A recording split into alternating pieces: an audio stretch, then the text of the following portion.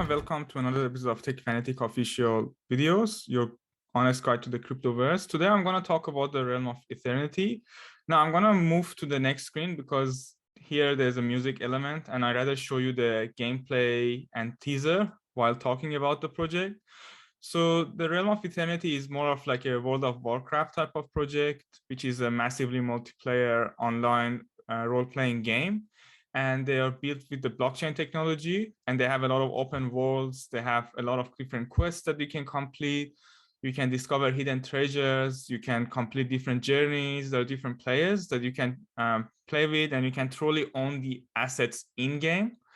You can trade them, and you can have them as rewards. So common problem we have in the industry outside blockchain is that you own a lot of items that are not NFTs, but they're like skins. But if the publisher decides to wipe out the game, you probably lose the ownership of those assets or they're not usable anymore. But when you play it on blockchain, what happens is they're going to be on blockchain system, and that's the advantage you have with a game like Realm of Eternity. So they're going to be on ERC-721 on Polygon, and you can meet them without paying the gas fee for free. And the game is featuring 4 fantasy continents. There's going to be 4 elements inside. There's going to be 4 races, and there's going to be 12 sub races inside it with their own history and their own interconnections. They're going to have their own design to basically create a player-driven virtual world that's going to have inclusivity and constructivity for you.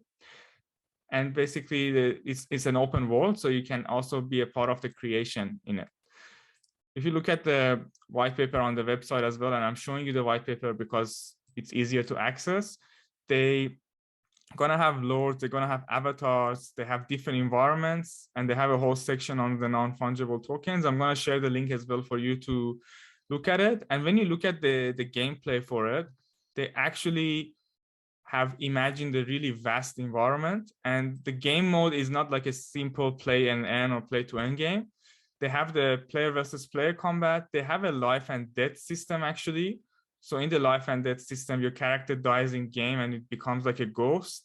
And when it leaves your body, it can transform into like a phantom-like figure.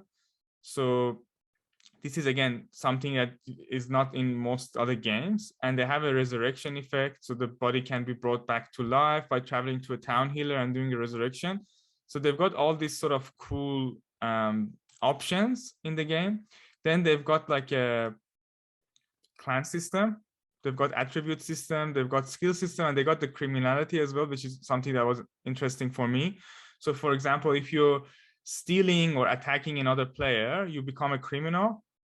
And then your name becomes orange for a while. When you're in the town, the guards can notice you. And the badge is going to be there for another 15 minutes, and then it disappears. If you murder more than 3 people in less than a week, you become a red. And red is like giving you the worst situation, which means you're a murderer. And the players are going to be able to attack you on site, and they're not going to get any penalty themselves. So that means you become a wanted person, and a lot of people are going to look for you. And that red patch is harder to lose. You need to basically wait for 3 days without killing anyone to go away from it. I'm just giving you an example of the type of things that they have in the game. They also talk about the problems we have in the current space in the gaming, for outside crypto, and what the ownership of assets in crypto means. But because there's a lot of games in the blockchain right now, what I'm more interested in this project is the fact that there are an MMORPG, that they have a really high quality gaming. It's a AAA game. They have really good token economy in a way that you can monetize your gameplay, but at the same time, it's not going to impact the investors to a high extent as well. If you read the tokenomics, you will and token economy, you will realize that. The other thing is they have a lot of features. So you can have this buy and sell of real estate. You can even have usable boats to navigate across different worlds. You can tame animals and pets and monsters that you can use in game. They have dungeons and monsters that you can kill. You can improve your skills and your craft. And then you have different portals to other gaming realms to play different, game sets, but you will have the same crypto wallet in game. So that means they've got the game and the MMORPG with the NFT items, and then they've got also the platform. Now I'll talk a bit more about the game, but I'll actually show you the gameplay sneak peek. So this is obviously in testing development. This is not finalized, but still, this is something that you can expect as an early version, how it's gonna look like. So the other parts for the game is they're gonna have the exploration mode, they're gonna have the battling mode, they're gonna be focused on community building, and there's basically limitless possibility for you, because as a fighter or as someone who's trying to grow the clan or community, you can have your role in that. And as you can see, you have a lot of equipments that you can utilize in the play and earn economy. If you spend some time into the game, you can, create these valuable NFTs, you can access these NFTs, and then you can turn them into the RETH token, which then it can be turned into a stable coin and, basically cash. So moving from the gameplay, they have a very also good roadmap. So in Q4 2021, they started the conceptualizing the branding, the concept of the artwork, and they started the private seed raise. In Q1 2022, they started their partnership and the further release of the game. Now, which is the second half of Q1, they started the VC and Launchpad partnership and official game website and marketing. Q2, which is right now, actually, we are in April, the public sale, the IDO, then listing on the centralized exchange. And they'll continue working on building the game and the NFT marketplace in Q3. And then in Q4, they're gonna launch the game on PC. They're gonna have the ecosystem and governance system for the token also to start. Now, when we think about the tokenomics, before that, we talk about the rationale. So what happened is, some of you might know about this project because in January, there was a lot of talks and launch, but they went back and they changed the tokenomics. They also wanted to focus more on the game development and the building of the game before they come back with a sale. There was a lot of situation here, right? So having a high market cap and valuations, obviously, if you have a super high valuation in a game project, even though you need that money for game development, it still makes the top VCs to be reluctant. So that was one of the reasons. The unlock schedule also needs to be adjusted. So they went back, they rethink their economy, they reduced the raise, they reduced the fully diluted value and the market cap. They also made the unlock schedule adjusted, making it more strict to ensure there's no sudden dumping of the project, and also make sure the participants are invested in the game long term, because this game needs further development. It's not a short-term mobile game that it's gonna get released quickly. They also allocated more to the liquidity, partnership with centralized exchanges, and also treasury allocation. They also focused on staking and token price and public sale size. So these are the reasons that they went back and rethink about it, which is really good. If you're not ready, you go back and you come back stronger. The token that they're using for the project is RETH, which is the Realm of Eternity. And it's the two core currencies they have in the game. The other one is the GCS. So they have a dual token structure. Now, the RETH holders, they're going to have the utility of the game as the main token to have, they're going to earn a share of the platform revenue if you stake the token from the staking fee and also from the fee they get from the market. You can be part of the governance decision-making of the platform, being part of the DAO. And then if you dive deeper into the use case, so they have in-game use. The token is going to be used for, resurrection stones, and otherwise you need to play the game for. So either you need to play for a long time to release it, or you can use the token to actually get ahead faster. Then you can use it in the in-game store to get the rare mounts, cosmetics for the items, basically in-game utility or tools. You can do staking, and by doing staking, you basically get some RE tokens given to you, depending on the staking period. You also help the economy because you'll get more liquidity and you allow for better trading of the token in the game. And the bigger the size of the community, obviously the better, because you need a higher daily active users or DAUs for this game to be successful.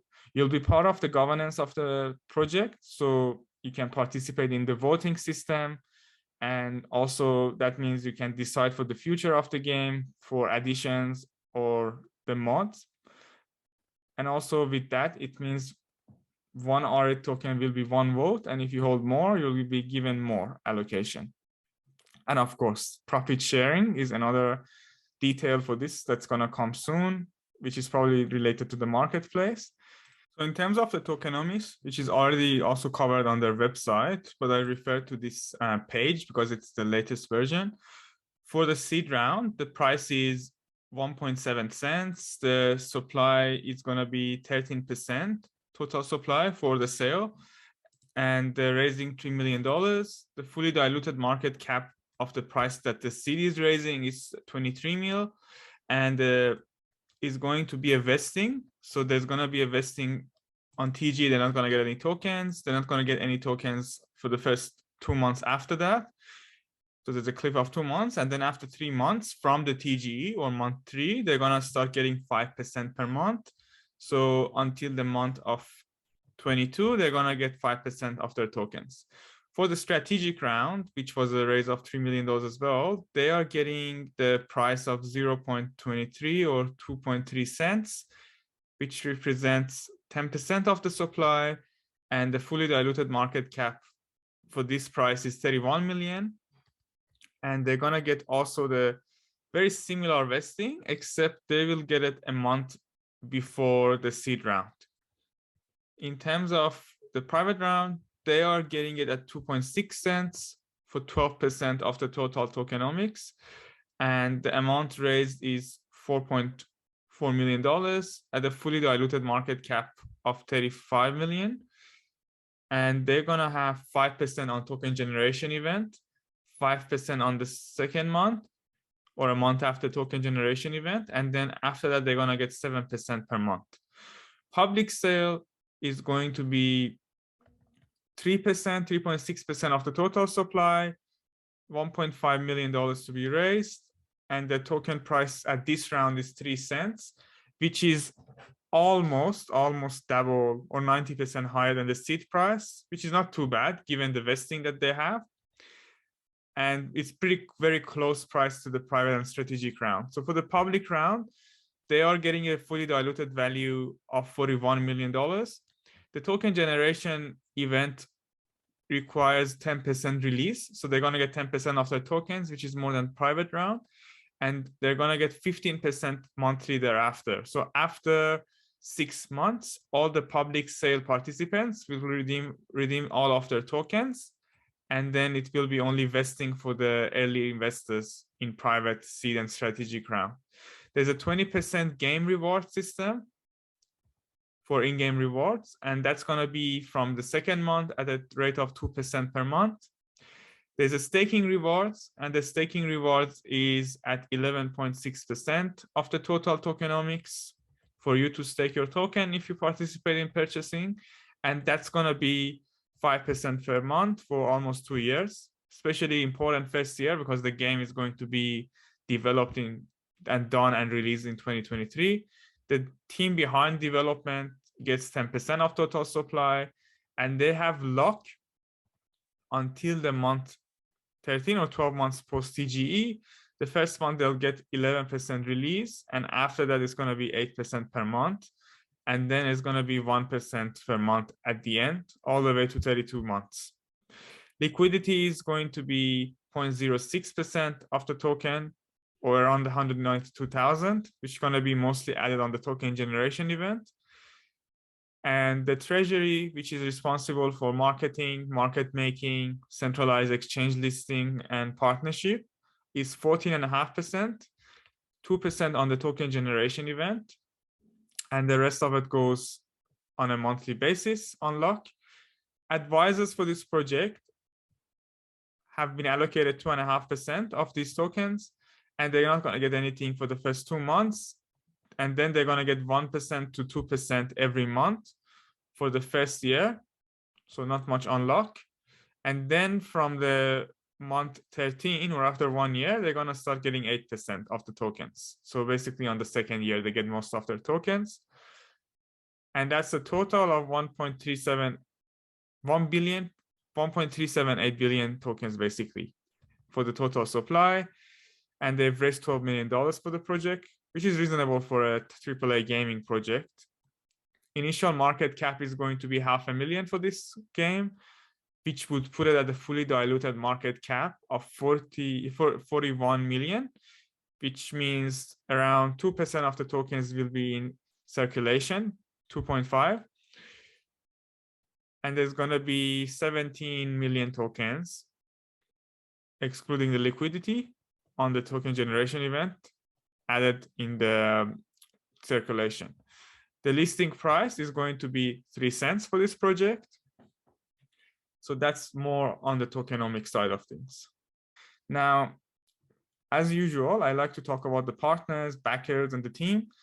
They've got Wild Thunder Studio behind it, which you can also go to the website and search. So this is Wild Thunder, and these are the people behind the project. So Hayden, Nguyen, and the other people, and you can search all of them within the project and go on LinkedIn. They're all experienced people in the game, and the game studio is a Dubai-based studio and also in Vietnam. So they have locations in Dubai and Vietnam and also in Europe with 60 plus game artists and developers. And there are people who already have experience in previous gaming. Then they've got XYZZY as a backer as well, which has a lot of, it's sort of a guild, but it's more of a Miami-based outfit gaming store. They got A+ Ventures to help them with incubation. They've got Master Ventures and MH Ventures. So Master Ventures, as you know, it's the team behind Paid Network, and they're also an incubation. MH Ventures is one of the top VCs for community. So they're probably one of the best top tier community VCs. They have a lot of people in the community, and also they have a lot of big partners. They've got Kangaroo Capital, which is the top tier VC in Australia for community. And they've got other partners, which you can also see this in their slide packs if you're interested to get more of this information. So these are the team members, and all of them are available on LinkedIn. So you can go on LinkedIn and see who is behind the project. I'll quickly show you just for the benefit of that. So Hayden is the key investor behind it, and he's someone who has invested in a lot of groups like Decentralized Investment Group. And Dustin has a huge experience in gaming. So he was in DigiVision before. He's been lead artist in many other games, as you can see. So it's not his first time. And he actually has been associated with gaming industry in Vietnam, in Israel, and Europe. And the other group they have is Decentralized Investment Group, which has Green Arrow Capital, DIG Capital, DIG Foundation, Wild Thunder Studio, and XYZZY. So they have a lot of backers, and they also have really good advisors. So they've got Kyle Chase as an advisor, who's from the Paid Network. Before jumping into this, let's get back to the slides and see this backers here. So they've got Mark Vange. So he was the CTO at NextPlay, and he was the former CTO and vice president in EA Games, or in EA company. So that's really big to have, because as you know, Electronic Arts is one of the leading gaming studios, and it's super big. And also they're very good in the MMO genre. They've got Jordan Belfort. They've got Craig Brigman from the Cambridge Capital. They've got the Kyoto Chain Foundation backer, and also founder of VeChain. They've got the founder of Miami NFT, and they've got Kyle Chase from Master Ventures. We already know about the partners and investors. Now, in terms of marketing, actually, they've done a lot of work. So in the last 4 months, they've built the demo, they've completed the first season of the game, and they are going to basically in December support up to 5,000 concurrent users for their initial alpha game. And the official release of the game will be in 2023. So as you can see, they've got 95K followers on Twitter, and they are continuously giving updates to the community. They've got a high number of followers also on Telegram and also their Discord group, which you can search. I'm going to put the links there. Now, also they're releasing a lot of good videos. So I think that the social media and marketing side of work is really good as well.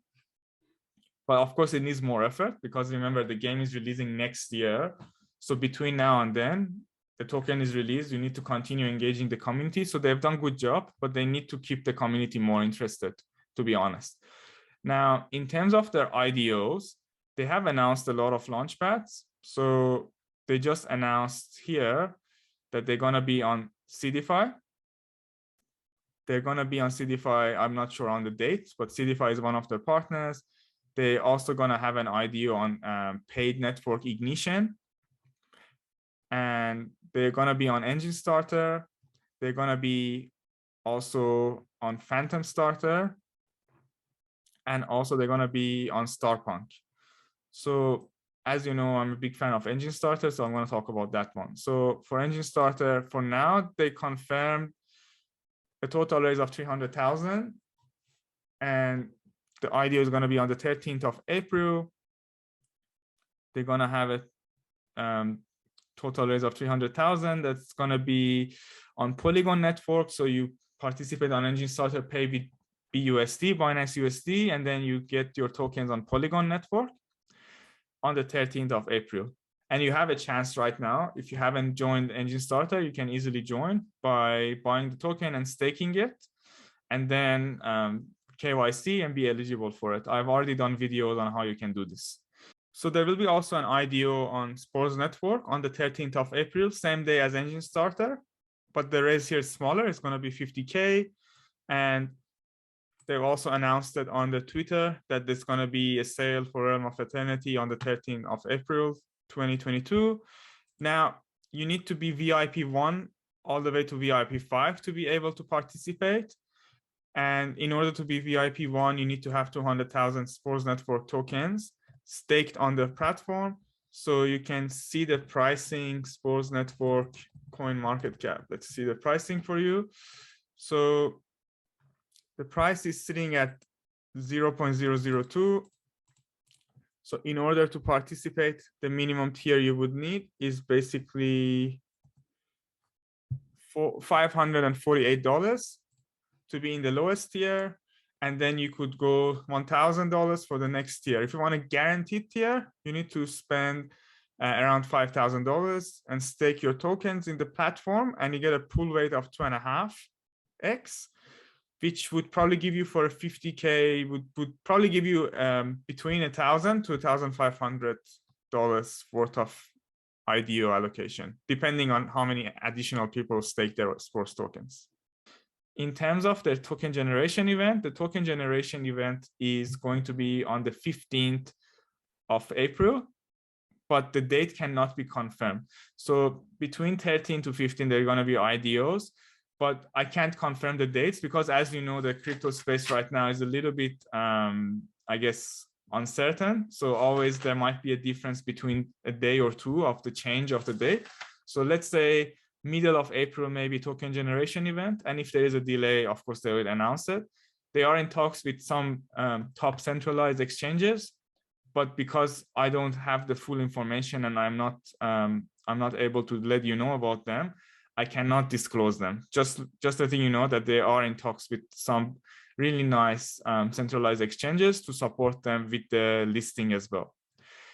In terms of the market sentiment, if we go to the market is recovering. It's really doing relatively well. So Ethereum is back up to 3,400 and all the other coins. And the gaming projects are also doing well. So I guess the last few launches that I have participated in the last couple of months, they did 2x or 3x, sometimes even went back to the IDO price, not great. But right now, they are doing much better. So I've seen a few projects doing 5x, some doing 10x. So I think we are getting back to that, because remember, people first invest in Bitcoin and take profits, invest in Ethereum and top altcoins, and then they come back and invest in smaller projects. So this is usually the cycle and how things go. Now, in terms of the project, I think it's a really good game. I didn't want to open this one because it plays some music and then it might mess with the video. But yeah, I like the game. It's something I would play personally. And I think they have put a lot of thought into the tokenomics, there's a lot of thought into the team behind it and into the project. So I will put all the links for you in the project, and I hope you do all your research and then decide if you want to invest or not, because nothing I provide here is financial advice. It's just giving you an insight into the game. So I hope you enjoyed this video. Please make sure you subscribe to the channel. Please make sure you like this video and share it with your friends. Put in the comments as well if you have any questions, and I'll get back to you after having a conversation with the team. Thank you very much for watching this video, and see you next time.